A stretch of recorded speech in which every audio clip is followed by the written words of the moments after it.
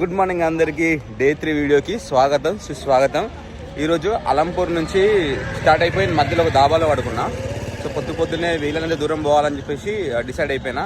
ఈరోజు శ్రీశైలం వైపు వెళ్తున్నా. చూడండి, ఇంకా సూర్యుడు బయటికి వెళ్ళలేదు. ఆలోపే వెళ్దామనే ప్రయత్నంలో మొత్తం బ్యాగ్ అంతా ప్యాక్ చేసేసిన.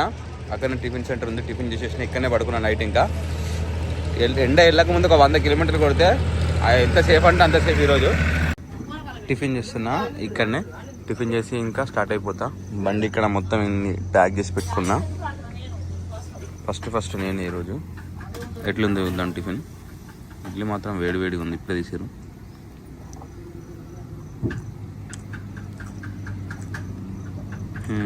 టేస్టీ ఉంది ఇడ్లీ కూడా.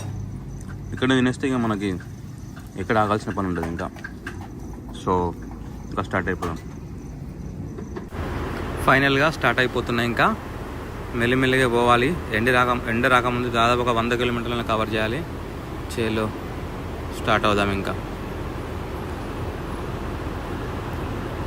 ఎండ మాత్రం ఘోరం ఉంది. రోజు అయితే ఇబ్బంది అవుతుంది. రోజు ఎట్లుంటుందో చూడాలి. ఇంకా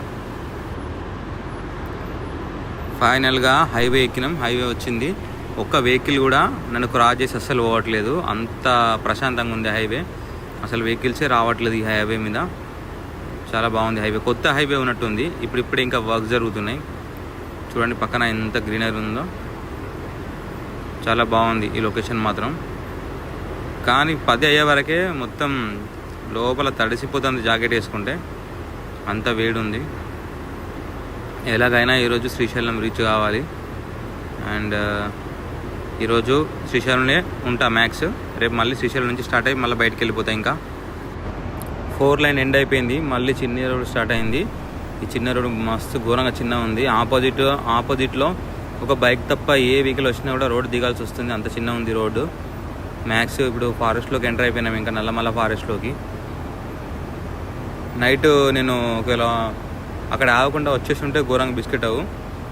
8కో 9కో క్లోజ్ చేస్తారంట ఈ రోడ్డు. సో ఇక్కడ నాకు ఇబ్బంది అవ్వు. నన్ను ముందు ఆడడం ఇంకా బెటర్ అయిపోయింది. హెవీ ఘాట్ స్టార్ట్ అయిపోయింది.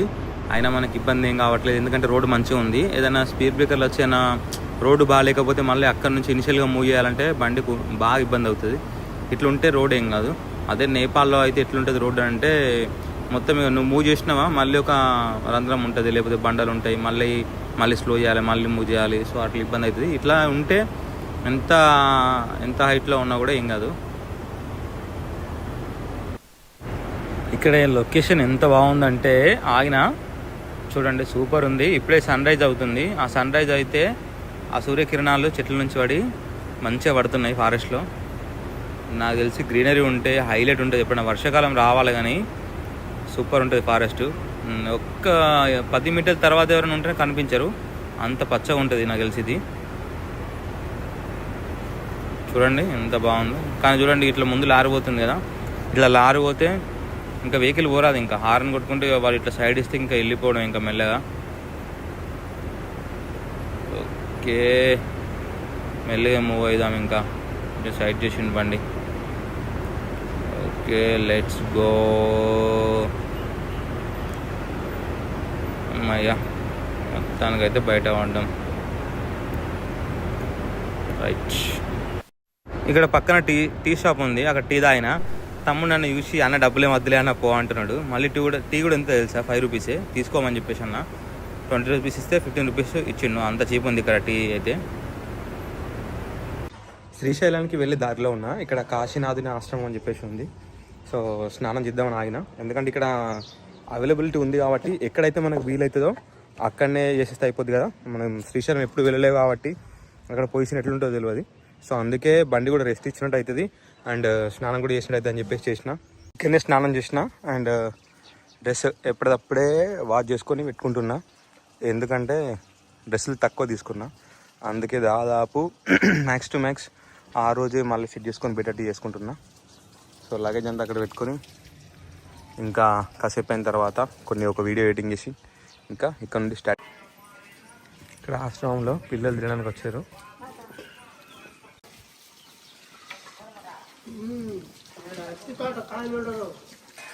ఇక్కడే ఆశ్రమంలో భోజనం అయితే అయిపోయింది. అసలు నేపాల్లో ఈ ఏరియా ఉంటే చాలు, అది పెద్ద సిటీ అయిపోతుంది. నేపాల్ ఇట్లా కూడా ఉంటుంది, చుట్టూ కొండలుండి లోపల ఫ్లాట్ ప్లేస్ ఉంది కదా, అట్లా ఉంటే కథమే కాదు, పెద్ద సిటీ అయిపోతుంది. అసలు వాళ్ళకి ఎంత తిప్పలా అంటే ఫ్లాట్ ఏరియా నేపాల్లో లేనేలేదు. ఉన్న ఏరియా నేను చూసింది అయితే ఏది మన కాఠ్మాండు ఉంది, సో అది రాజధాని కాఠ్మాండు, గిట్నే ఉంటుంది సేమ్.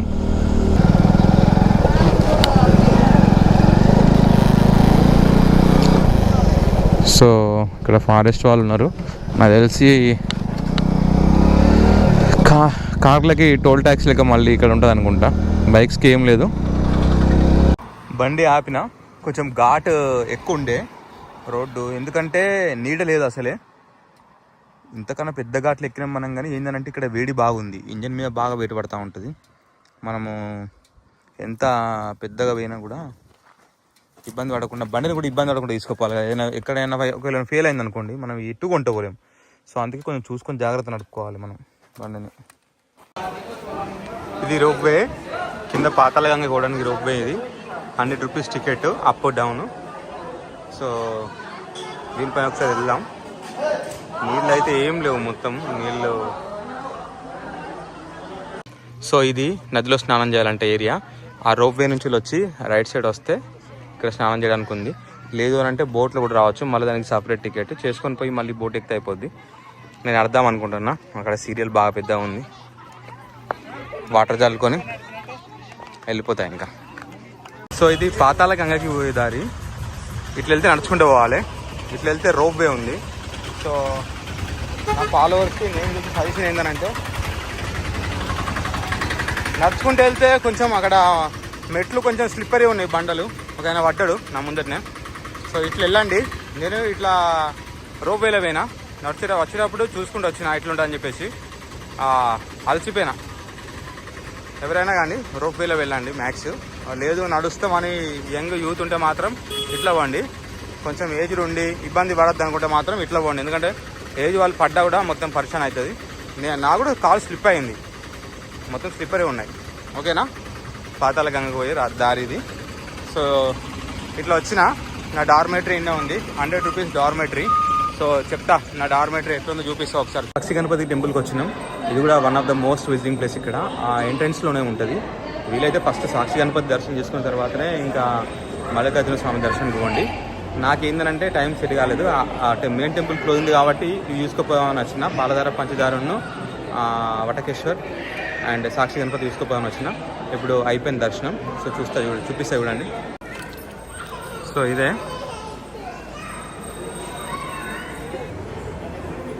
చాలా సంతోషంగా ఉంది, నా ఫాలోవర్స్కి నా సబ్స్క్రైబర్స్కి కనిపిస్తాడు ఇప్పుడు దేవుడు.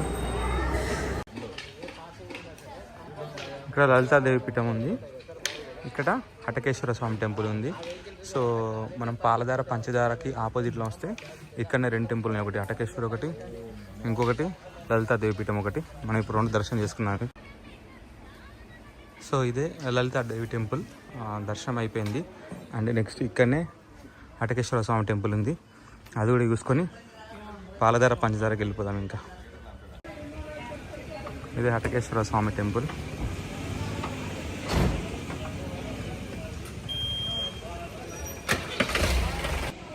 లలితాదేవి పీఠానికి ఆపోజిట్గానే హటకేశ్వర స్వామి టెంపుల్ ఉంది. ఇక్కడ చూస్తున్నారు కదా హటకేశ్వర స్వామి టెంపుల్. పబ్లిక్ అంతా రష్ ఏం లేదు, అంటే ఇప్పుడు జనాలు తక్కువ ఉన్నారంట. సో దర్శనం కూడా తొందరనే అయిపోయింది. సో ఫటాఫట్ అయిపోతున్నాయి దర్శనాలు. నేను వచ్చిన టైంలో ఎవరు లేరు కాబట్టి, అంటే సీజన్లో కాకుండా ఆఫ్ సీజన్లో వచ్చినాయి కాబట్టి ఇప్పుడు ఎవరు లేరు. 4 రోజులు అయితే హాలిడేస్ వస్తే ఇంకా పిల్లలు వస్తూ ఉంటారు. సో హటకేశ్వర స్వామి దర్శనం అయిపోయింది. ఇప్పుడు పాలధార పంచదారకి వెళ్ళిపోదాం. నేను వే కూడా చూపిస్తాను ఎట్లా రావాలి ఇక్కడికి అనేది. సో పాలధార పంచదారకి వెళ్తున్నాం. 5 ద్వారాల నుంచి వస్తాయంట వాటర్. సో చూద్దాం. ఇంకా అది కింద ఉంది, మొత్తం 150 మెట్లు అంట. సరే వెళ్ళొద్దాం ఫ్రెండ్స్. శ్రీశైలంలో one of the most visiting place ఇది కూడా, పాలధార పంచదార అని చెప్పేసి. సో చూడండి 5 ద్వారాల నుంచి పైనుంచి నీళ్ళు వచ్చి ఇక్కడ కలిసి మళ్ళీ కిందకి వస్తాయంట. అది కనిపించట్లేదు, జస్ట్ ఇప్పుడు మనకు వాటర్ ఒకటే ఫ్లో విధంగా కనబడుతున్నాయి, 1 2 3 ఇట్లా.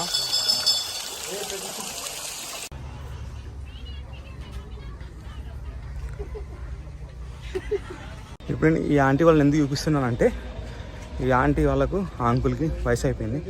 సో అంకుల్ కిందికి వెళ్ళడానికి పోయిండు, ఆంటీ ఆగింది. అంకుల్ కూడా ఒక స్టిక్ తీసుకొని పోయిండు. సో నా ఉద్దేశం ఏంటంటే అంత మంచిగా ఉన్నప్పుడే చూడాలి. కానీ ఒక్కనే చూస్తున్నా, ఫ్యామిలీని తీసుకురావట్లేదు. చూడాలి ఇంకా ఏం సంగతి ఏముంటుంది అనేది. ముందు ఆలోచిద్దాం. ఒక ఈకో వ్యాన్ తీసుకొని మొత్తం అలా బెడ్ సెటప్ చేసి మొత్తం తిరగాలనుకుంటున్నా. సో చూద్దాం ముందు ఇంకా ఎట్లుంటుంది అనేది.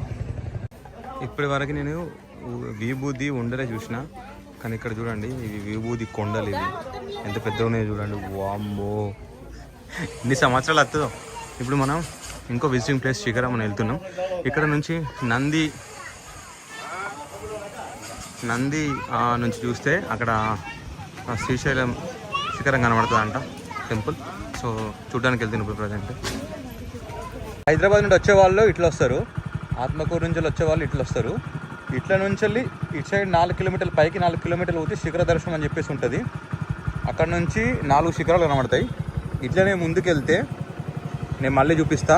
ఇక్కడ పాలధార, పంచదార అండ్ హటకేశ్వర స్వామి ఆలయం ఇవి ఉంటాయి. అవి నేను చూపిస్తే ఎక్కడ అనేది.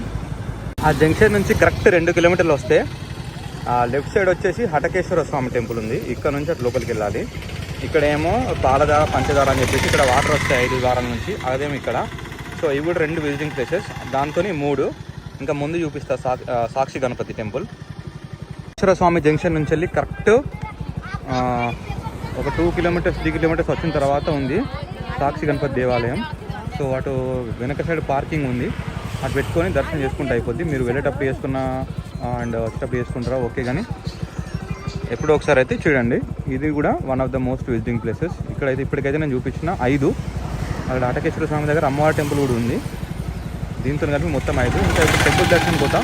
టెంపుల్లో ఏమేమి ఉన్నాయో కూడా చెప్తాను, ఎందుకంటే టెంపుల్ నేను క్లోజ్ అయ్యింది. మళ్ళీ సాయంత్రం పోదామని ఫిక్స్ అయినా ప్రశాంతంగా. ఇప్పుడు సాయంత్రం వెళ్ళిపోతా.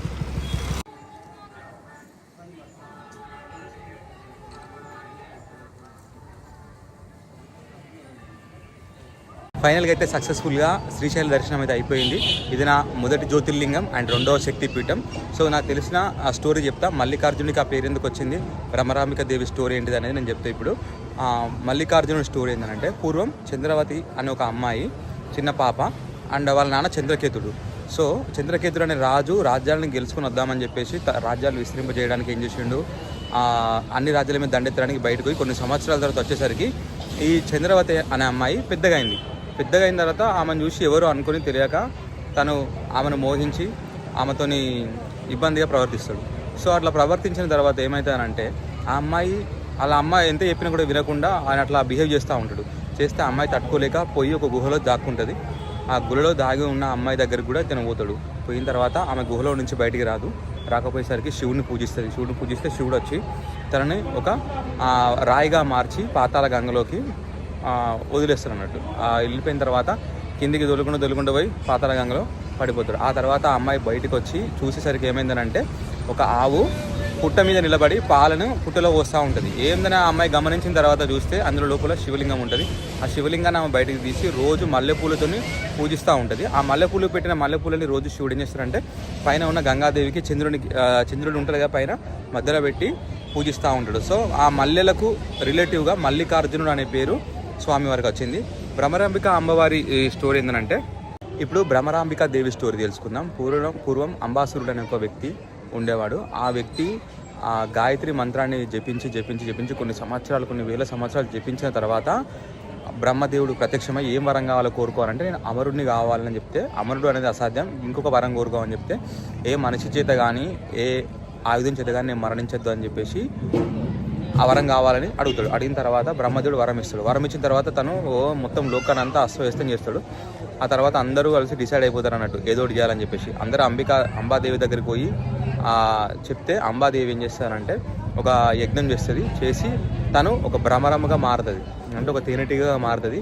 కొన్ని కోట్ల తేనెటీగలుగా మారి ఏం చేస్తారంటే, తన కంఠాన్ని అట్లా ఇట్లా కొరికేసి అంబాసురుని చంపేసిన తర్వాత ఆ అమ్మ ఇక్కడే కొండపైకి వచ్చి ఇక్కడ ఉన్న మల్లికార్జున స్వామికి ఎదురుగా అండ్ ఇక్కడ శక్తిపీఠం ఉంది కదా, సతీదేవిది మెడభాగం ఇక్కడ పడ్డది. సో అదే ప్లేస్లో అమ్మవారు ఇక్కడ సెటిల్ అయ్యారు. సో నాకు తెలిసిన స్టోరీ ఇది. అండ్ ఇంకొక స్టోరీ ఏంటంటే ఛత్రపతి శివాజీ మహారాజ్ మహారాష్ట్ర నుంచి తను నడుచుకుంటూ వచ్చేసి ఇక్కడ భ్రమరాంబిక దేవుని పూజించడం జరిగింది. అమ్మవారు ప్రసన్నమై శివాజీ మహారాజ్కి ఒక ఖడ్గం కూడా ప్రసాదించడం జరిగింది. సంతోషంతో శివాజీ మహారాజ్ ఇక్కడ గోపురం కూడా నిర్మించండి. ఇక్కడ గోపురం కూడా ఉంది. సో ఇది శ్రీశైల మల్లికార్జునుడు and Brahmarambika Devi story. And నేను బుక్లో చదివి తెలుసుకున్నా ఇది నిజమో కాదో. మీరు ఇంకా నాకన్నా స్పష్టంగా తెలిసిన వాళ్ళు ఉంటే ఎవరైనా కామెంట్ చేయండి. అండ్ ఇది నా డే ఎండ్ అండ్ చాలా సంతోషంగా ఉంది. సో ఈ 3 రోజు బ్లాగ్ అనేది ఇంకా క్లోజ్ చేస్తున్నా. నా వీడియో కనుక కొత్తగా చూసిన వాళ్ళైతే సబ్స్క్రైబ్ చేయండి, నాకు సపోర్ట్ చేయండి. And Telugu traveller Harish Instagram and యూట్యూబ్ని ఫాలో చేసి సబ్స్క్రైబ్ చేసి నాకు సపోర్ట్ చేస్తారని మనస్ఫూర్తిగా కోరుకుంటూ మీ తెలుగు ట్రావెలర్ హరీష్. జై హింద్, జై భారత్, హర హర మహాదేవ్.